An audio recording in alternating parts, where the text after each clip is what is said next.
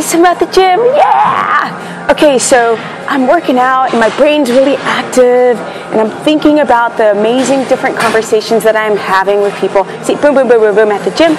And I'm thinking a lot about people's concerns. And one of the biggest concerns is, why do I have to eat so much fat in the beginning?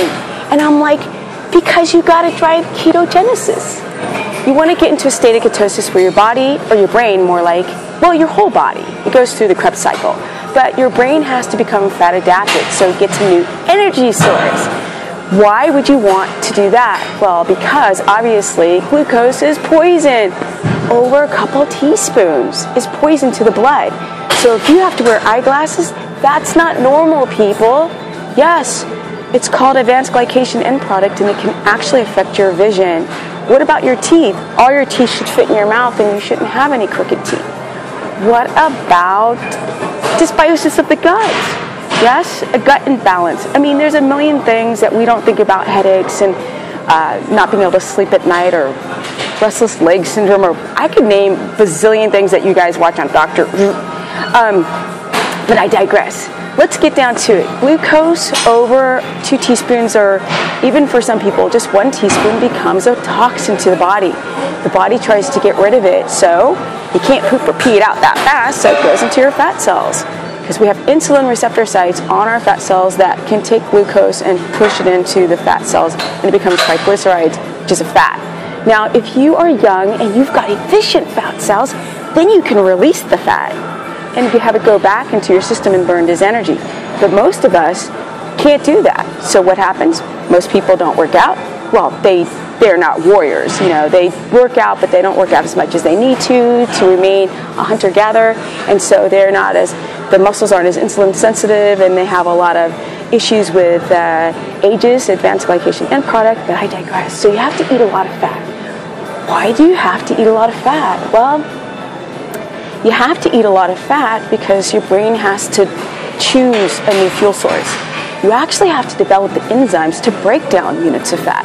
Because even though you don't eat, if you don't eat for 5 or 6 hours, you're going to release ketones. But the brain's like, what the hell is this crap? I want my carbs. I want my carbs. I want my carbs. Somebody else's phone's ringing.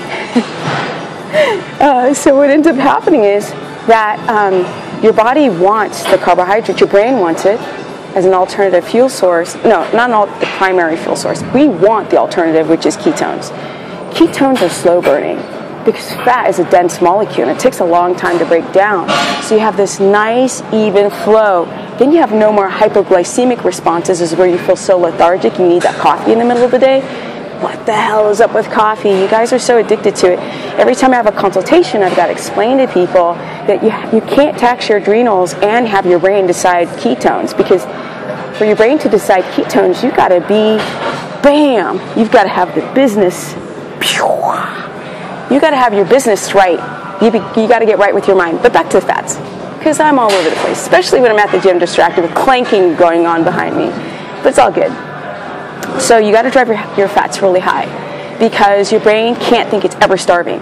Even though you're eating a lot of calories, and even though you're eating a lot of fat, you might even have to go higher. Why would you have to go higher?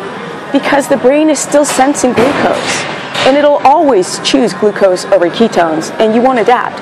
Then you're just going to be just low, because that's not a lot of, 20 carbs or 15 carbs is not a lot of energy.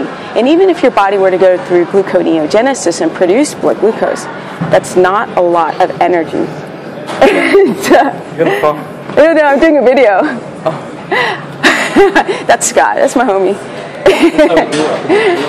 What was that? This is how we do it up in the gym. This is how we do it up in the gym. Although they can't hear you because I'm using my earpiece. This is how we do it up in the gym. In Hollywood. In Hollywood. See you later. Okay. Bye. Okay. So here we go. That was Scott. Okay. Back to the workout. So you want to drive your fats really, really high so that your brain finally gets into this understanding that it's not starving. So if you cut your carbs out overnight, your brain thinks that it's starving. So your metabolism slows down.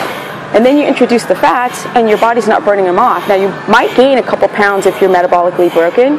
And if people are not, who are typically younger, yes, guys who've got a lot of muscularity, that have efficient muscle cells, that will, their mitochondria and their muscle cells like burning up fat, and they're also very insulin sensitive. So, so what we want to do is drive our fats really high in the very beginning. So then when the brain's like, glucose, ketones, ketones win the battle, yay! And that's what we want. We want ketones to win. And we want our bodies to develop the enzymes to break down units of fat. So then, because people think that eating a lot of fat is to do the ketogenic diet, is to lose weight, but it's not, you guys. It's literally to cure all those crappy ailments that you're going through, all those little aches and pains. And like I said before with the eyeglasses as a great example, or guys, you have your GERD, your heartburn. It will help get rid of those awful, stressful type of ailments that we walk around with. So yes, you have to drive your fats real high. I would probably say pretty high for the first 6 weeks to 2 months. And you might gain weight if you're metabolically damaged. But that's okay, because then your brain will choose those lovely ketones. Yay! And then you'll have energy. And your body will start breaking down units of fat. But then, sometimes people plateau. Even if their brain wins the battle and they have this high fat, you can now lower your fat. Because often you might just be burning what you're eating, and we want to tap into our fat cells for those who want to lose body fat. So then you cut down your fats, but you're still high enough to stay in ketosis. So, give yourself at least 2 months. Don't look at the scale. Don't do the keto sticks. Don't check your blood glucose. That'll freak you out. You can use your glucometer on a weekly basis to see if you're adapted, because then you'll know when to start driving down your fats. Then you can start to intermittent fast. And for all those people that intermittent fast who are not in ketosis, stop doing it now. Stop doing it now. Hey guys, that's it. I wanted to talk about fat. I get a lot of questions on how much. They're like, I don't want to eat too much fat. And I'm like, no, that's what you want to do. You want to eat too much fat, because all you're going to do is maybe gain a couple pounds. But then when you're adapted, boom, it all just comes off like boom, like overnight. And you're like, whoa.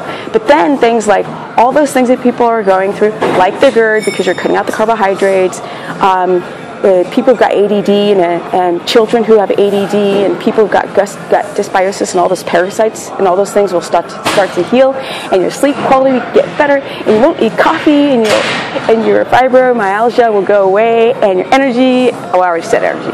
Anyway, that's it, you guys. Drive your fats real high from things like meat fats, coconut oils, and MCT oil, and butter, ghee. Try to keep things organic and non-GMO'd. Also, what else? People are like, how do I eat that much fat? I'm like, oils, seriously, just put it in a tea. Just dump that oil in there. Creams and whipping cream, organic, or if you can't do lactose, you can do coconut milk, whole coconut milk. Okay guys, more videos to come. Check me out at Stephanie Person Skater, which is my Facebook, or stephanieperson.com. It's the site, it's my brand new site, just went up, and a lot of stuff will be put up on there, so all new things to come. I'm at the gym. Get my groove on. Peace out.